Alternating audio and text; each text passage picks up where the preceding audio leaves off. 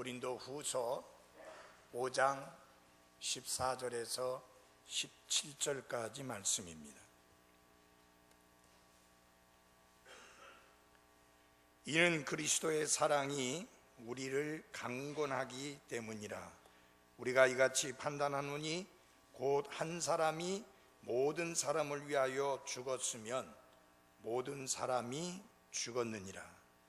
그분께서 모든 사람을 위하여 죽으신 것은 살아있는 자들이 이제부터는 자기들을 위하여 살지 아니하고 오직 자기들을 위하여 죽었다가 다시 일어나신 분을 위하여 살게 하려 함이니라. 그러므로 이제부터는 우리가 아무도 육신을 따라 알지 아니하노니 참으로 우리가 그리스도를 육신을 따라 알았으나 이제부터는 그분을 더 이상 그같이 알지 아니하노라. 그런즉 누구든지 그리스도 안에 있으면 그는 새로운 창조물이라. 옛 것들은 지나갔으니 보라 모든 것이 새롭게 되었도다. 아멘. 기도하겠습니다. 하나님 아버지, 그리스도 안에서 우리를 새로운 창조물이 되게 하심으로 옛 것들은 지나가고 모든 것이 새롭게 되는 은혜를 베풀어 주셔서 감사합니다. 이제 새로운 창조물로서 어떻게 살아가야 하는지 말씀을 통해 가르쳐 주시고 보여주시는 대로 우리가 그와 같이 살도록 우리의 마음과 생각을, 우리의 삶을 하나님께서 주장하시고 인도해 주옵소서. 아직까지 만에 하나 구원받지 못한 분이 한 분이라도 계시면 오늘이 구원받는 날이 될 수 있도록 성령 하나님께서 강하게 역사해 주옵소서. 예수님 이름으로 기도했습니다. 아멘.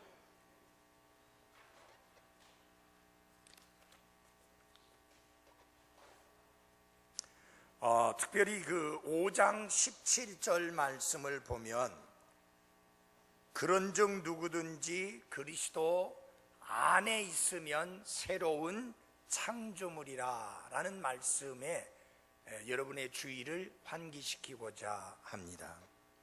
그리스도 안에라고 하는 이 말씀은 우리에게 어떤 것을 생각나게 하느냐 하면은 누군가는 그리스도 밖에 있는 사람도 있다고 하는 것을 우리로 하여금 생각하게 합니다. 그래서 이 세상에 살고 있는 사람들은 두 부류로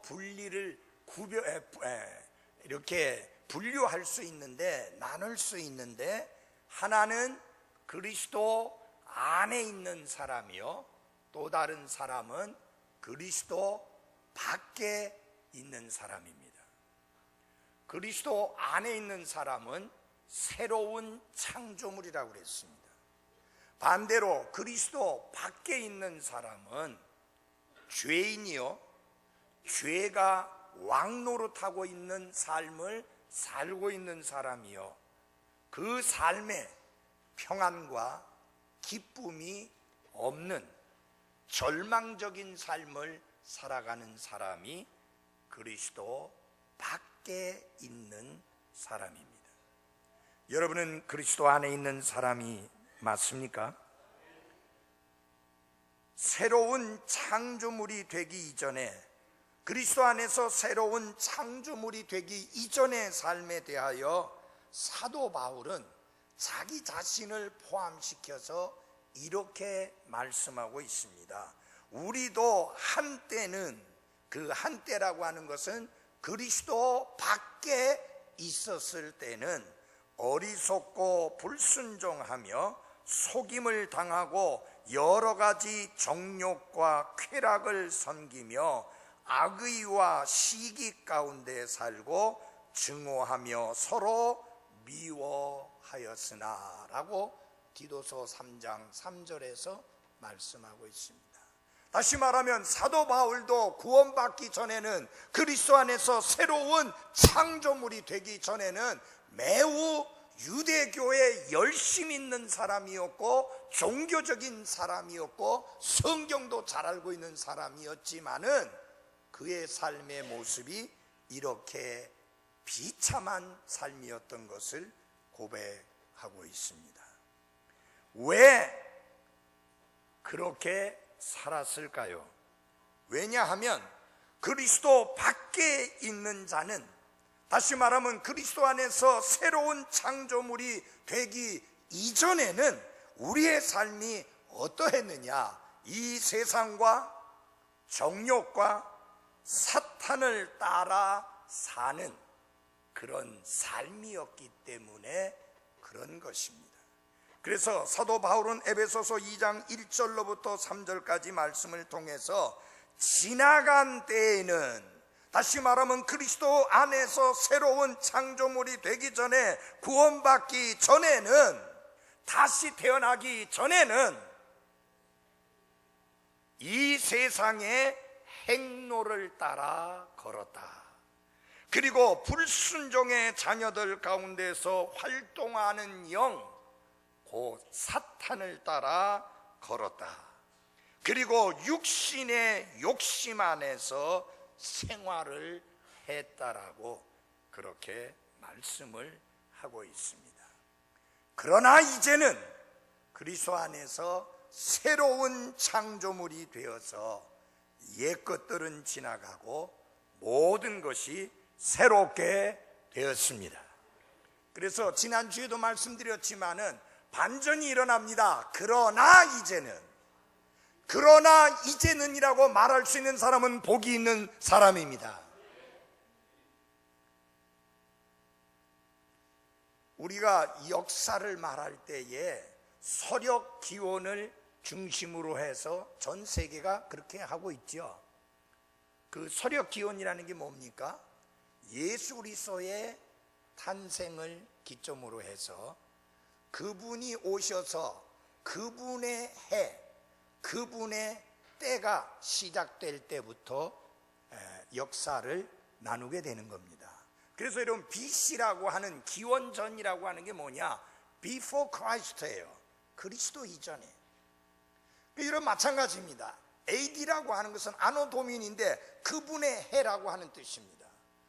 그 무슨 말이냐면은 예수 그리스도께서 내 안에 오셔서 나를 다스리기 시작한 그 순간, 그때부터 우리는 역사가 바뀌게 되는 것입니다.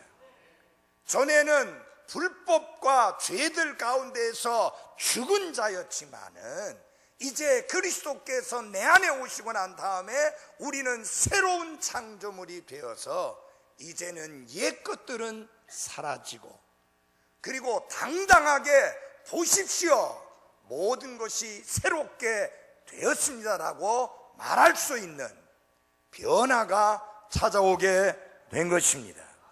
그래서 오늘 아침에 새로운 창조물이라는 제목으로 말씀을 드리겠습니다. 한번 같이 하겠습니다. 새로운 창조물. 개역성경에 피조물이라고 이렇게 되어 있는데 그 표현은 맞지 않고, 창조물이라는 것이 맞는 게 국립표준 그 원에서 창조물이 맞다라고 그렇게 정의를 내려주었습니다. 한글로서는 창조물이 맞다 그렇게 했습니다. 자, 여기 우리가 그러면 새로운 창조물이 되고 나니까 어떤 변화가 찾아왔느냐? 첫째 하나는 주인이 바뀌었다는 이야기. 그래서 새로운 주인을 모시게 되었습니다. 그분이 누굽니까? 예수 그리스도인 것입니다. 그래서 5장 15절 같이 보겠습니다. 5장 15절. 그분은 그리스도입니다. 모든 사람을 위하여 죽으신 것은 살아있는 자들이 이제부터는 자기들을 위하여 살지 아니하고 오직 자기들을 위하여 죽었다가 다시 일어나신 분을 위하여 살게 하려 함이니라. 이 말씀은 우리가 새로운 주인을 모시게 되었다고 하는 것입니다. 그래서 더 이상 우리는 우리 자신을 위해서가 아니라 우리 대신 죽었다가 다시 일어나신, 살아나신 예수 그리스도를 위하여 살게 된 것입니다. 이것이 우리에게 일어난 변화의 가장 첫 번째 변화인 것입니다. 사도 바울은 이 사실을 로마서 14장에서 이렇게 표현합니다. 우리 중에 아무도 자기를 위해 살지 아니하고 또 아무도 자기를 위해 죽지 아니하는도다. 우리가 살아도 주를 위해 살고 죽어도 주를 위해 죽나니 그러므로 살든지 죽든지 우리가 주의 것이로다. 이 목적을 위해 그리스도께서 죽으시고 일어나사 다시 살아나셨으니 이것은 그분께서 죽은 자와 산 자의 주가 되려 하심이니라. 예수 그리스도를 구원자와 주님으로 받아들임으로써 우리는 이제 이전의 삶에서 벗어나서 자유함을 얻었고 이제는 그리스도 안에서 새로운 창조물이 되었으므로 이제 우리에게 일어난 변화의 그 첫 번째 하나는 뭐냐? 주인이 바뀌었다. 새로운 주인을 모시게 되었다고 하는 것입니다. 옛날에 우리의 삶을 지배했던 나쁜 주인들, 새 주인들이 이제는 더 이상 우리와 상관이 없게 되었는데, 왜냐하면 예수 그리스도께서 옛날 우리의 주인 노릇하던 이 세 가지를 몽땅 다 십자가에서 완전히 패배시키셨습니다. 그래서 지난번에도 설교를 했지요. 예수님의 십자가의 죽으심은 절대로 패배가 아니라 영광스러운 승리인 것입니다. 우선 첫 번째 옛 주인이었던 세상을 한번 보십시다. 이 현재 세상은 사탄이 지배하는 곳으로서 하나님과 그분의 자녀들에게 적대시하고 대항하는 그런 체계와 그런 구조와 그런 철학을 가지고 있는 것입니다. 그래서 성경은 이 세상과 이 세상에 있는 것들을 사랑하지 뭐예요? 말라고 말씀을 한 것입니다. 자, 우리가 어떻게 이 세상으로부터 벗어났는가? 갈라디아서 6장 14절에 보니까 나는 우리 주 예수 그리스도의 십자가 외에 결코 어떤 것도 자랑할 수 없나니 그분으로 말미암아 세상이 나에 대하여 십자가에 못 박혀 있고 나 또한 세상에 대하여 그러하니라. 이런 벗어나는 길은 한 가지 방법밖에 없습니다. 죽는 겁니다. 근데 내가 어떻게 됐어요? 세상에 대하여 죽었다. 그러므로 우리는 벗어나서 자유케 되었다고 하는 사실입니다. 우리가 어떻게 죽었어요? 그리스도와 함께 십자가에 못 박힘으로 죽은 것입니다. 잊지 마십시오. 2000여 년 전에 예수님이 십자가에 못 박혀 죽으실 때 여러분 또한 그 안에서 그분과 함께 죽었다고 하는 사실입니다. 그래서 더 이상 세상은 우리에게 주인 노릇을 할 수 없으니 이는 우리가 그 예수 그리스도를 나의 구원자와 함께 나의 주님으로 주인으로 받아들였기 때문인 것입니다. 여러분 잊지 말아야 될 게 있습니다. 예수님을 내 구원자로 받아들일 때 동시에 나의 주님으로도 주인으로도 받았다는 사실을 잊지 마시기를 바랍니다. 그래서 미국의 그리스도인들은 구원 상담하게 될 때 꼭 두 가지를 같이 이야기합니다. Your personal Savior and Lord. 당신의 개인의 구원자와 주님으로 받아들이라고 그렇게 이야기합니다. 그래서 이제 우리는 세상으로부터 해방되었고 더 이상 현재 이 세상의 지배를 받을 필요가 없게 되었습니다. 그게 우리의 신분이에요. 여러분 세상은 더 이상 우리의 주인이 아닙니다. 그런데 잘 보십시오. 우리의 신분은 그런데 세상은 끊임없이 우리를 유혹합니다. 제가 어저께 어떤 책을 읽으면서 너무 충격을 받았어요. 템플턴이라고 하는 목사님이 있었는데 그분이 빌리그람 목사하고 같이 동시대 사람으로서 빌리그람 목사보다 훨씬 위대하게 크게 쓰임받던 사람인데요, 어느 한순간에 하나님은 없다라고 부정하는 무신론자가 되어버렸어요.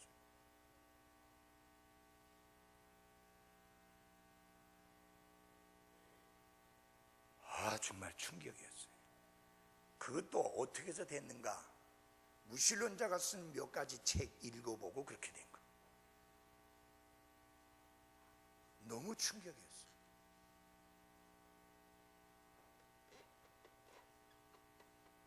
대만은 사도 바울과 함께 선교팀에 함께 했던 사람입니다.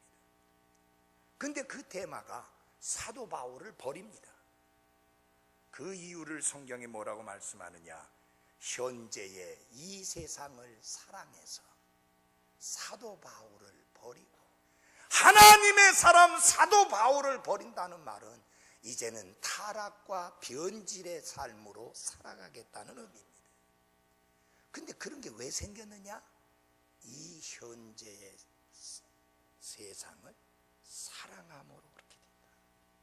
그래서 하나님은 사도 요한을 통해서 우리에게 말씀을 주시지 않았습니까? 요한일서 2장 15절로부터 17절에 세상이나 세상에 있는 것들을 사랑하지 말라, 그렇게 말씀했습니다. 왜냐? 세상을 사랑하면 아버지의 사랑이 그 속에 있지 아니하나니, 왜? 세상에 있는 모든 것은 육신의 정욕과 안목의 정욕과 인생의 자랑인데, 이것 가운데 어느 것도 아버지에게서 난 것이 없다. 모두 다 세상에서 난 것이다. 그러면서 이렇게 결론 짓습니다. 그런데 세상도 그것의 정욕도 사라지되 오직 하나님의 뜻을 행하는 자는 영원토록 거하느니라. 영원히 남을 것을 위해 짧은 제한된 여러분의 삶을 투자하며 드리는 헌신된 그리스도인의 삶을 살아가기를 바랍니다. 두 번째로, 우리의 옛날 주인이 누구예요? 육신이에요.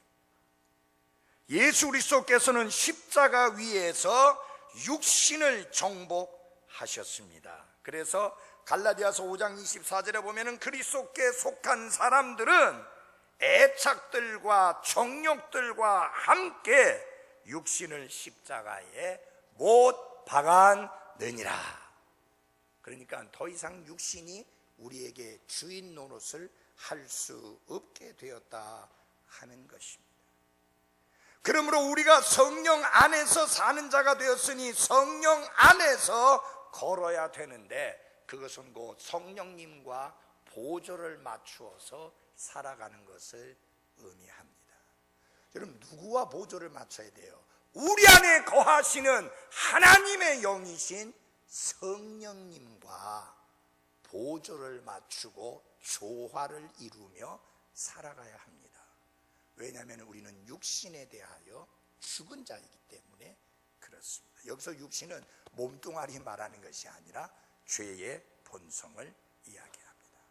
뿐만 아니라 예수님께서는 사탄을, 우리의 주인이었던 사탄을 십자가 위에서 패배시키셨습니다. 골로새서 2장 15절에 보면은 정사들과 권능들을 벗기사 십자가 안에서 그들을 이기시고 공공연히 그들을 구경거리로 삼으셨느니라. 여러분, 사탄에 대하여 끔찍끔찍 놀라지 마십시오. 그는 이미 패배한 자입니다. 아시잖아요. 그는 예수님의 발뒤꿈치를 물었지만 예수님은 사탄의 머리를 상하게 하셨습니다. 예수님은 그랬어요. 내가 이겼노라 라고 말씀하셨어요. 자, 이제 예수 그리스도께서 우리의 새 주인이 되셨기 때문에 우리는 옛날 주인이었던 세상, 옛날 주인이었던 육신, 옛날 주인이었던 사탄에게서 온전히 벗어나 자유케 된 사람이니, 그러므로 우리는 함께 있든지 떨어져 있든지 그분께서 받아주시는 자가 되도록 수고하여야 할 뿐만 아니라 고린도후서 5장 15절의 말씀대로 나를 위하여 죽었다가 다시 살아나신 그분을 위하여 살아가야 하는 것입니다. 누구를 위하여? 예수 그리스도를 위하여. 왜? 그분은 나를 대신해서 죽으신 분일 뿐만 아니라 살아나신 분. 그분이 이제 그 예수 그리스도께서 우리의 뭐가 되셨어요? 주인이 되셨어요. 새로운 주인을 모셨어요. 여러분, 회사가 어디에 합병이 돼버리면 새로운 주인이 생기잖아요. 근데 그 사람이 자꾸 옛날 주인 생각하고 옛날 주인에게 충성을 하면 그건 잘못된 거잖아요. 여러분, 옛날 우리 주인, 세상, 육신, 곧 죄를 말합니다. 세상, 죄, 사탄, 더 이상 우리의 주인이 아닙니다. 우리는 그 옛 주인들로부터 해방됐어요. 이제 우리의 주인은 예수 그리스도입니다.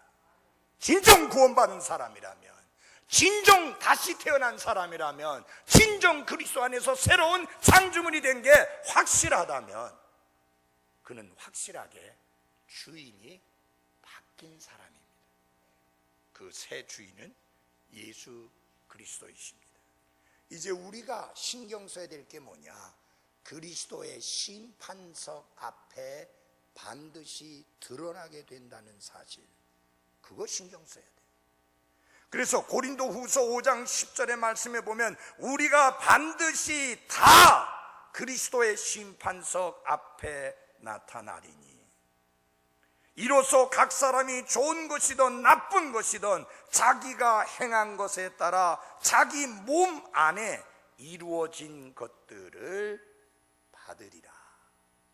우리 모두가 구원받은 사람은 그리스도의 심판석 앞에 반드시 나타나게 될 것이고 거기에서 보상을 받게 될 것입니다. 학생들 눈독, 어저께 잠 안 자고 뭐 했어? 다시 한번 할라 했더니 그렇게 졸고 자니까 안 되겠는데. 눈 정신 바짝 차려. 또 이 시간 우리 하나님께 경배드리는 시간이니까 이 자리에 앉아만 있는 게 그게 경배하는 게 아니에요. 제대로 경배드려야지. 자, 그러면 우리가 그때에 참 주님 앞에 고백하고 싶은 고백이 있습니다. 예수님이 아버지께 하셨던 고백이에요. 예수님께서 뭐라고 말씀하셨냐면 요한복음 17장 4절에 내가 아버지를 땅에서 영화롭게 하였사오니 곧 내가 아버지께서 내게 하라고 주신 일을 끝마쳤나이다. 우리 모두가 주님 앞에 서는 그날에 하나님 아버지, 오 주님이여, 내가 이 땅에서, 이 죄악된 세상에서 아버지를 영화롭게 했습니다. 어떻게 했느냐? 아버지께서 제게 하라고 주신 일을 끝마쳤습니다. 시작하는 사람은 많은데 끝마치는 사람이 많지 않습니다. 저는 그 디모데후서 4장 6절로부터 8절 말씀을 수시로 읽습니다. 나의 달려갈 길을 다 마치고 내가 싸워야 될 싸움을 다 싸우고 지켜야 될 믿음을 내가 지켰다. 그 말씀은 잠시 후에 순교를 당하게 될 그 상황 속에서 사도 바울이 고백한 겁니다. 그게 뭐냐면 자기 스스로 쓴 묘비명이에요. 저도 그렇게 고백할 수 있기를 원합니다. 주님이 저에게 달려가라고 하는 그 길을 마쳤노라고 고백할 수 있기를 원합니다. 주님께서 저로 하여금 싸우라고 하신 선한 싸움을 끝까지 포기하지 않고 싸웠노라고 그렇게 고백할 수 있기를 원합니다.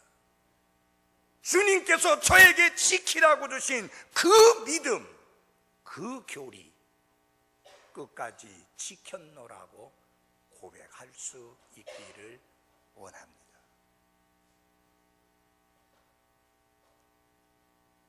예수님이 하늘에서 아버지를 영화롭게 한 게 아니라 땅에서 아버지를 영화롭게 했다 했습니다.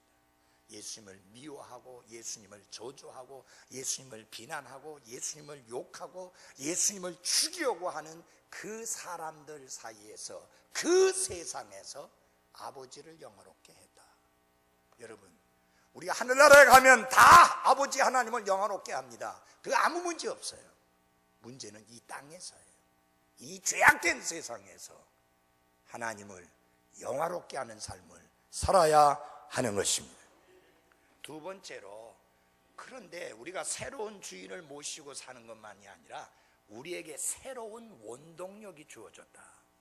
새로운 원동력, 모티브 파워, 새로운 원동력이 주어졌다. 그게 뭔지 5장 14절 같이 한번 읽어보겠습니다. 고린도후서 5장 14절입니다. 고린도후서 5장 14절 같이 보겠습니다. 같이 읽어보겠습니다. 시작. 이는 그리스도의 사랑이 우리를 강권하기 때문이라. 그렇습니다. 그리스도의 사랑이, 그리스도께서 나를 사랑하셔서 나를 위하여 죽으신 그 그리스도의 사랑이 내가 그리스도를 섬기며 그분을 위하여 살아가는 삶의 새로운 원동력이다. 내가 교회에서 열심을 보여야지, 다른 사람이 다 나 쳐다보고 있는데 그게 원동력이 아니에요. 내가 그래도 집사인데, 내가 목사인데, 내가 주일학교 교사인데, 내가 찬양대원인데, 교회 생활 오래 했는데 그게 원동력이 아니고, 나를 사랑하사 나를 위하여 자신의 생명을 내어주신 그리스도의 풍성하고도 어마어마한 그 사랑이 원동력이 되어서 섬기고 경배하고 그리고 축복을 끼치고 그분을 위하여 살아가는 원동력이 되어야 하는 게 맞습니다. 하나님께서 죄인들의 구원자로 독생자 예수 그리스도를 내어주신 것도 하나님의 사랑 때문이었습니다. 요한복음 3장 16절 너무나 잘 아시잖아요. 하나님이 세상을 이처럼 사랑하사 독생자를 주셨습니다. 사랑하사 주셨습니다. 또한 예수 그리스도께서 자신의 생명을 나와 여러분을 위하여 내어주신 것도 역시 무엇 때문이었어요? 사랑 때문이었어요. 예수님이 이렇게 말씀하셨어요. 아무에게도 자기 친구들을 위해 자기 생명을 내놓는 것, 이것보다 더 큰 사랑은 없다. 근데 바로 예수 그리스도께서 죄인들을 위하여 자기의 생명을 내어 주셨습니다. 왜? 사랑했기 때문에.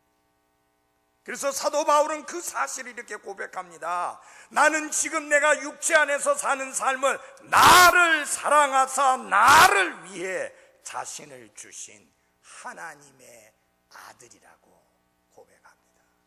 근데요, 참 저는 사도 바울의 이런 고백들이 참 축복이 되는 게, 우리를 사랑하사 우리를 위하여, 그게 아니고 아주 개인적이에요.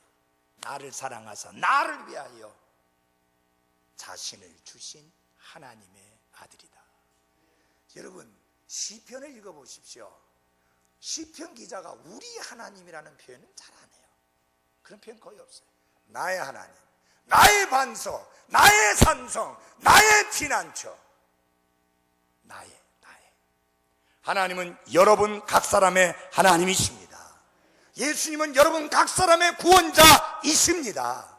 그래서 여러분 한 사람을 사랑하셔서 여러분 자신을 위하여 생명을 내어주셨습니다. 그래서 사도 요한은 이렇게 큰 소리로 외칩니다. 보라, 아버지께서 어떠한 사랑을 우리에게 베푸사 우리가 하나님의 아들들이라 불리게 하셨는가. 근데 여러분, 하나님은 죄인만 사랑한 게 아니라 하나님의 독생자 예수 그리스도를 끔찍이 사랑하셨습니다. 재미있는 사실을 발견했어요. 신약 성경에서 사랑이라는 단어가 제일 먼저 나올 때가 언제냐면 마태복음 3장이에요. 그런데 그 사랑이라는 단어가 제일 먼저 쓰여질 때 누구에게 쓰여졌느냐 하면 예수님께 쓰여졌어요. 마태복음 3장 17절에 보라 하늘로부터 한 음성이 있어 이시되 이 사람은 내 사랑하는 아들이라 내가 그를 매우 기뻐하노라 하시니라. 사랑을 말하면서 제일 먼저 사용된 사랑이라는 단어가 누구를 향해? 죄인들을 향해서가 아니라 독생자 예수 그리스도를 향해 사용이 되어졌습니다. 구약에서도요, 사랑이라는 단어가 제일 먼저 사용되어질 때 예수 그리스도의 그림자인 이삭과 관련해서 아브라함이 사랑한다는 표현을 썼습니다. 그래서 아버지 하나님께서 독생자 예수 그리스도를 얼마나 사랑하신지를 아시겠죠? 그래서 요한복음에 보면은 아버지께서 아들을 사랑하사 아버지께서 아들을 사랑하사 라는 말씀이 계속 반복되고 있습니다.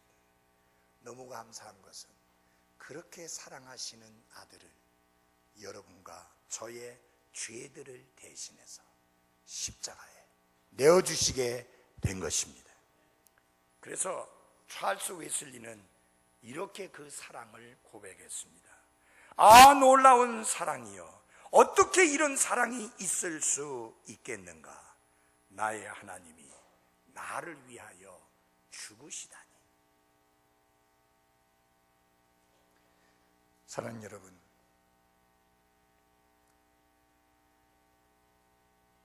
우리가 이런 사랑을 힘입었는데 이제 우리의 살아가는 삶의 모습이 어떠해야 되겠습니까? 그분을 위하여 사는 삶이 되어야 하는 게 맞습니다. 지나간 역사 속에 헌신적인 성도들의 삶 속에서 하나님의 사랑이 그들로 하여금 괴로움을 견디게 했고 영적 싸움을 싸우게 했고 여러 가지 끔찍한 장애물들을 극복할 수 있는 그런 비결이 되었다고 하는 사실입니다.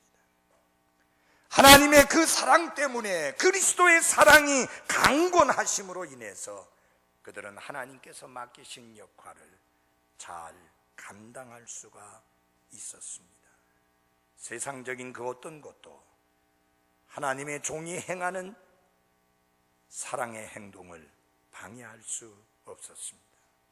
그래서 아픈 몸이었는데도 불구하고 그 아픈 몸을 이끌고 아프리카로 다시 향했던 C.T. 스튜드 선교사는 이렇게 고백을 했습니다.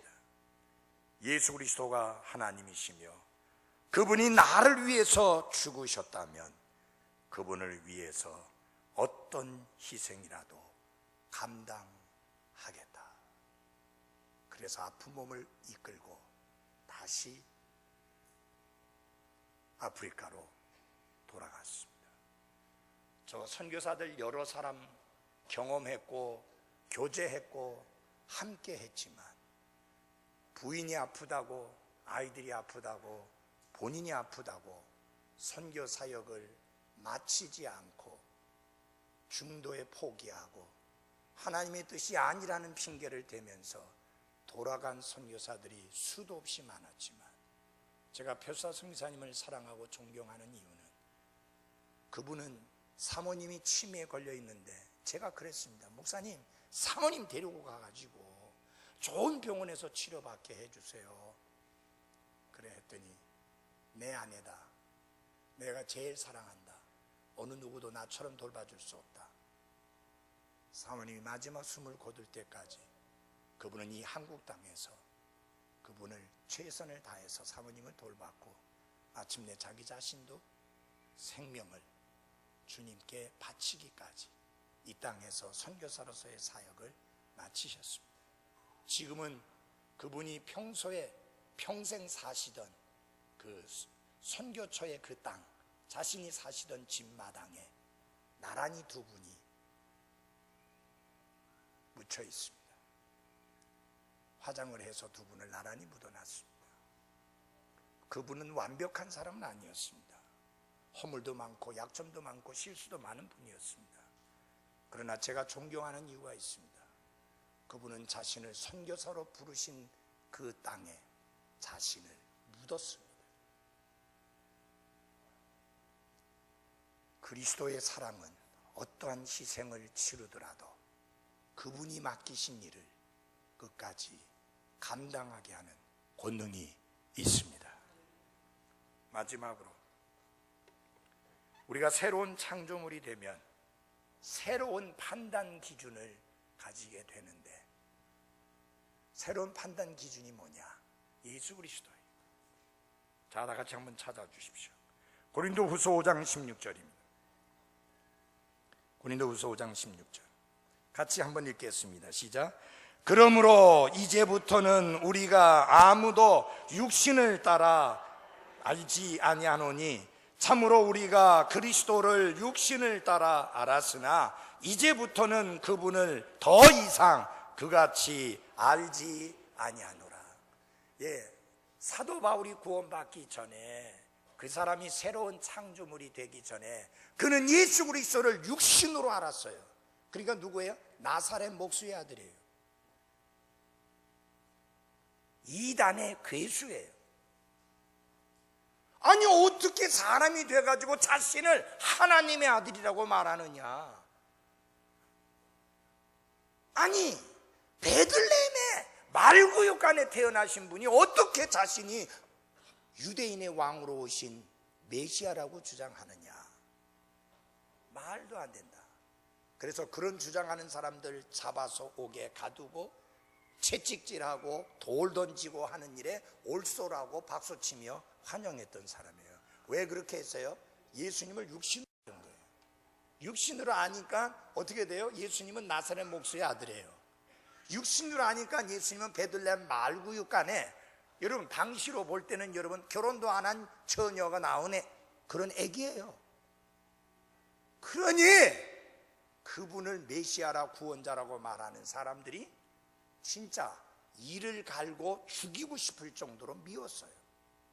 근데 사도 바울이 뭐라고 말합니까? 이제부터는 더 이상 그렇게 안 한다. 왜?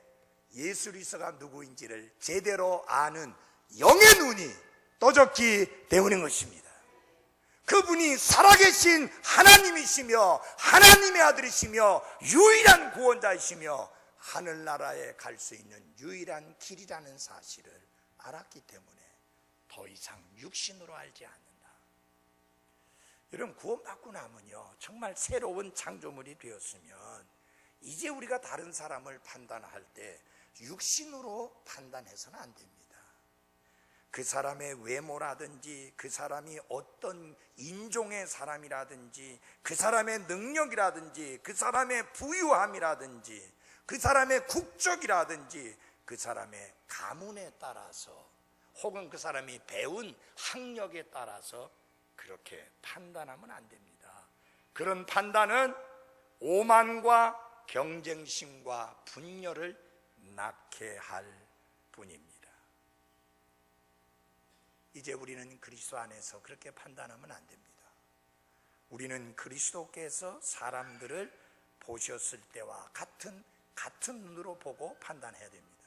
그러면 예수님께서 사람들을 보실 때 어떻게 보셨는가? 그분께서 무리들을 보시고 그들을 불쌍히 여기는 마음을 가지셨으니 이는 그들이 목자 없는 양같이 지치고 널리 흩어졌기 때문이다. 이제 여러분, 그리스도 안에서 새로운 창조물 된 여러분, 다른 사람들을 쳐다볼 때 그들이 타고 다니는 자동차라든지 그들이 살고 있는 집이라든지 그들이 가지고 있는 재산이라든지 그 사람의 사회적 신분이라든지 그가 얼마나 많이 배웠는지 그 사람의 학력이라든지 그런 것들에 의하여 판단하지 말고 예수님께서 판단하신 것처럼 목자가 없는 양과 같이 지치고 방황하고 있는 잃어버린 혼들로 보아야 하는 것입니다. 예수님은 이 세상을 보시면서 뭐라고 했는지 알아요? 수확할 것은 많이 있는데, 그리고 수확할 시기도 되었는데 수확할 일꾼이 적다. 그렇게 말씀하셨습니다. 사랑하는 여러분, 우리 모두 다 예수님의 눈으로 다른 사람들을 바라보는 그런 새로운 판단 기준을 가지게 된 것이 그리스도 안에서 새로운 창조물이 된 여러분과 저의 참 모습입니다. 바리새인들은 예수님이 죄인들과 가까이 하는 것을 너무너무 싫어했습니다. 비난했습니다. 그러나 예수님은 그들을 불쌍히 여겨주셨고 환영해 주셨고 십자가 위에서 바로 그들을 위해서 대신 죽으셨습니다. 그러므로 사랑하는 여러분, 우리도 예수님의 십자가 때문에 다른 사람들을 바라보는 우리의 눈이 달라져야 할 것입니다. 예수님은 사람을 보실 때에 현재 그 사람의 모습에 근거해서 그 사람을 판단한 게 아니라 그 사람의 미래와 가능성을 보고 판단하셨습니다. 자, 베드로를 보시면서 시몬인데, 원래 시몬인데 뭐라고 말했습니까? 너는 시몬인데 요나의 아들 시몬인즉 내가 너를 게바라 불리리라. 게바라는 말을 다른 말로 바꿔서 하면 베드로라는 말인데, 베드로라는 말을 번역하면 무슨 뜻이냐 하면은 돌이라고 하는 뜻입니다. 페트로스라고 해서 돌이라고 하는 뜻입니다. 절대 반석이란 뜻 아닙니다. 반석이라는 단어는 따로 있습니다. 페트라라고 합니다. 요르단에 가면 페트라라고 하는 곳이 있습니다. 거대한 바위가 있고 그 바위를 깨내가지고 궁궐처럼 만든 그런 장소가 있습니다. 거기를 페트라라고 부릅니다. 요만한 돌덩이를 페트라라고 안 합니다. 거대한 반석을 페트라라고 하고, 베드로 보고는 너 거대한 반석이다, 내가 네 위에다 교회 세우겠다, 그래 하신 게 아니라 너 우야무야한 사람인데 내가 너 돌덩이처럼 단단한 사람 만들겠다. 실제로 그렇게 안 됐습니까? 베드로가 처음에는 돌처럼 단단한 사람이 아니었어요. 어떻게 해요? 금방 예수님은 주는 그리스도시요 살아계신 하나님의 아들이라고 주님이라고 고백했다가도 금방 싹 돌아서 갖고 주님 절대로 그런 일이 있어서는 안 됩니다라고 간섭하고, 그래서 사탄아 내 뒤로 물러가라고 하는 야단 들어먹고, 예수님 죽을지언정 부인하지 않겠다고 해놓고는 부인하고 맹세하고 저주까지 하는, 그것도 대단한 사람 앞에서가 아니라 계집 요정들 앞에서 그렇게 하는 우유부단한 사람이었고 이랬다 저랬다 하는 사람이었습니다. 근데 예수님 그 사람 보고 네가 돌이 되리라, 아주 단단한 돌이 되리라, 스톤, 단단한 돌이 되리라, 요 굴러다니는 조그마한 이런 돌 조각이 아니고 단단한 돌이 되리라 그랬습니다. 실제로 그렇게 됐습니다. 사도 베드로가 말씀을 전하니까 사람들이 붙잡아 갖고 다시는 예수님의 이름으로 가르치지도 말고 말하지도 말라고 했을 때, 이 사람들아, 하나님 앞에서 너의 말 듣는 것하고 하나님 말씀 듣는 것하고 어떤 것이 맞는지 멍청한 것들아 좀 생각 좀 해봐라, 좀 판단 좀 해봐라. 그리고 뭐라 하죠? 우리가 보고 들은 것을 말하지 아니할 수 없노라. 그래서 겁 좀 준다고 채찍질하고 해가지고 놓아주었는데 나가자마자 바로 예수님 전했어요. 달라졌죠? 여러분, 우리는 지금 눈에 보이는 것에 의하여 우리 자녀들도 판단하고 다른 사람도 판단하는데 그러지 맙시다. 주님이 글을 들어 쓰셨을 때 변화될 가능성을 보면서 귀하게 여기시기를 바랍니다. 여러분이 전부 다 구원받은 사람이라면 그리스도 안에서 새로운 창조물들입니다. 귀한 분들입니다. 왜 우리가 그렇게 귀하게 됐어요? 오직 예수님 때문에. 예수님 때문에 사랑합니다. 예수님 때문에 존경합니다. 예수님 때문에 귀히 여깁니다. 예수님 때문에 당신은 나에게 복이 됩니다. 새로운 판단 기준. 그러므로 눈에 드러난 것에 의해 판단하지 마십시오. 하나님은 외모로 판단하는 것을 제일 싫어합니다. 하나님은 속 중심을 보시는 분인데 우리 안에 예수님이 계시잖아요. 얼마나 귀한 분들이에요. 사랑하고 귀히 여기고 아름답게 섬기며 서로 함께 세워나갈 수 있기를 바랍니다.